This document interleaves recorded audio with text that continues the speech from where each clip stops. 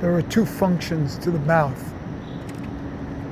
Obviously the food coming in, and obviously the speech going out. In Judaism, the important thing, one of the most important things is the kosher food going into the mouth. One has to be completely aware of the food and the nature of the food, and that's being kosher. It's a kosher man, Adam Kasha, kosher. But more important than the food going in is the speech going out. And that's what is called Lashon Hara, the evil speech. The great idea is to have pure speech. In the final analysis, the food in isn't as important as the food out. And that's what a Adam Kodesh is, a man whose speech, whose tongue is pure. You see? And so these two functions now in Christianity, it's always been brought down that Jesus said,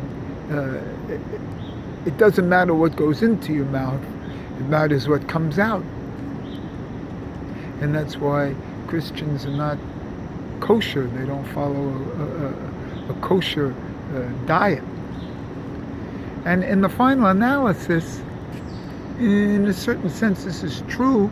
Of course, there may be some other souls that you activate when you eat a meat or even a vegetable. You might be able to tikkun a soul, a previous soul of the earth. But in the final analysis, it's the words that come out and how you affect other people. Of course, you have to have the proper intake to have the proper output. But the output in the physical world is basically more important. And this brings us to what the whole idea of a fast is. And that's, again, long-winded introduction to what I want to say. Especially the fast of the 10th of Tishri, but even more so the preparatory time from the 1st of Elul till the 10th of Tishri, or the 40 days that Moses was on Mount Sinai. And he fasted for 40 days on Mount Sinai in preparation for the 10 Commandments. And what I'm saying here, I mean, that's nothing, but what I did learn was, the Nazir that's associated with Rabbi Kook,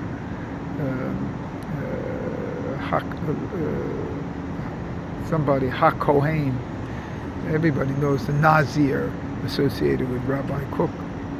What he used to do was from the 1st of Elul to the 10th of Tishri, he was silent. So this 40 days of input, say that Moses did, or a 40-day fast, he fasted on the output for 40 days.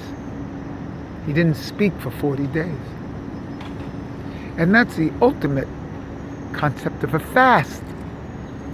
It's not the food going in, but it's the output going out. And so he didn't speak at all for 40 days. So when we take a fast, or even a daytime fast, let's try, if we can, not to speak, or to limit our speech. And see if that has the same effect as a physical food fast. Remember, the angels didn't eat. And on Yom Kippur, you're like an angel. And that's one of the reasons you don't eat. because the physical body is tied in with eating. It's the Adam kosher.